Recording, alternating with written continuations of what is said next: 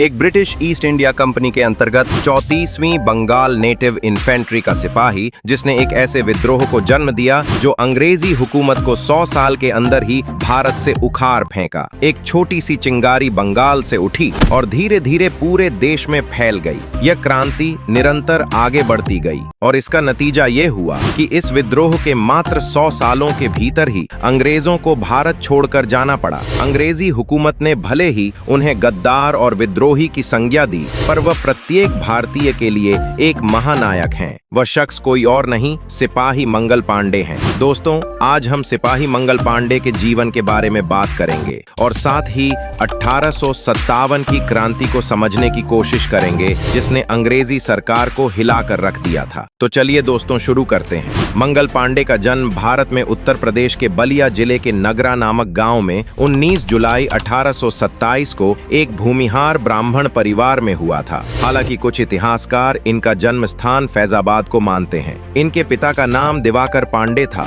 भूमिहार ब्राह्मण होने के बाद भी मंगल पांडे 1849 में 22 साल की उम्र में ब्रिटिश ईस्ट इंडिया कंपनी की सेना में शामिल हुए। मंगल पांडे बैरकपुर की सैनिक छावनी में 34वीं बंगाल नेटिव इन्फेंट्री की पैदल सेना में एक सिपाही थे। ईस्ट इंडिया कंपनी के रियासत और राज्य हड़प नीति ने लोगों के मन में अंग्रेजी हुकूमत के प्रति पहले ही नफरत पैदा कर दी थी। सिपाहियों को पैटर्न 1853 एनफील्ड बंदूक दी गई, जो कि .577 लीवर की बंदूक थी, जो कि पुरानी और कई दशकों से उपयोग में लाई जाने वाली ब्राउन बेस के मुकाबले अधिक शक्तिशाली और अचूक थी। नई बंदूक में गोली दागने के लिए आधुनिक प्रणाली वेक्शन कैफ का प्रयोग किया गया था, परंतु बंदूक में गोली भरने की प्रक्रिया पुरानी थी। अपनी बंदूक भरने के लिए कारतूस को दांतों से काटकर खोलना पड़ता था और उसमें भरे हुए बारूद को बंदूक की नली में भरकर कारतूस को डालना पड़ता था। कारतूस की बाहरी आवरण में चर्बी होती थी, जो कि उसे पानी की सीलन से बचाती थी।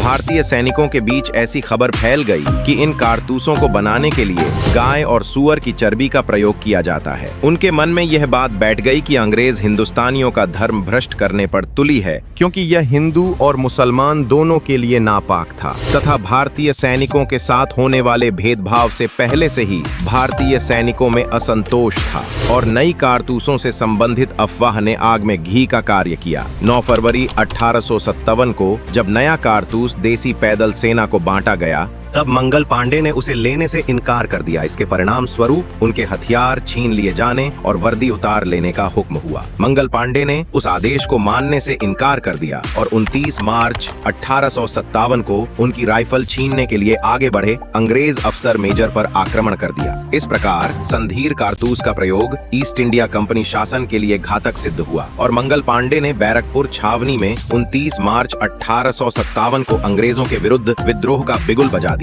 आक्रमण करने से पहले मंगल ने अपने अन्य साथियों से समर्थन का आह्वान भी किया था, पर डर के कारण जब किसी ने उनका साथ नहीं दिया तो उन्होंने अपनी ही राइफल से उस अंग्रेज अधिकारी मेजर को मौत के घाट उतार दिया, जो उनकी वर्दी उतारने और राइफल छीनने के लिए आगे आया था। इसके बाद पांडे ने एक और अंग्रेजी अधिकारी लेफ्टिनेंट ड्रॉप को मौत के घाट उतार दिया, जिसके बाद मंगल पांडे को अंग्रेज सिपाहियों ने पकड़ लिया। उन पर कोर्ट मार्शल द्वारा मुकदमा चलाकर 6 अप्रैल 1857 को फांसी की सजा सुना दी गई। फैसले के अनुसार उन्हें 18 अप्रैल 1857 को फांसी दी जानी थी, लेकिन ब्रिटिश सरकार ने मंगल पांडे को निर्धारित तिथि से 10 दिन पूर्व ही 8 अप्रैल सन 1857 को फांसी पर लटका दिया। भारत के लोगों में अंग्रेजी हुकूमत के प्रति अनेक कारणों से घृणा बढ़ती जा रही थी और मंगल पांडे के विद्रोह ने एक चिंगारी का कार्य किया। मंगल पांडे द्वारा विद्रोह के ठीक 1 महीने बाद ही 10 मई सन 1857 को मेरठ की सैनिक छावनी में भी बगावत हो गई और ये विद्रोह देखते देखते पूरे उत्तर भारत में फैल गया, जिसे अंग्रेजों को स्पष्ट संदेश मिल गया कि अब भारत पर राज करना उतना आसान नहीं है जितना वे समझ रहे थे। इसके बाद ही हिंदुस्तान में 300 सालाम 635 अंग्रेजी कानून यहाँ के जनता पर लागू किए गए, ताकि मंगल पांडे जैसा कोई और सैनिक विद्रोह न करे। अंग्रेज इस विद्रोह को दबाने में सफल हो गए, लेकिन मंगल पांडे द्वारा 1857 में बोया गया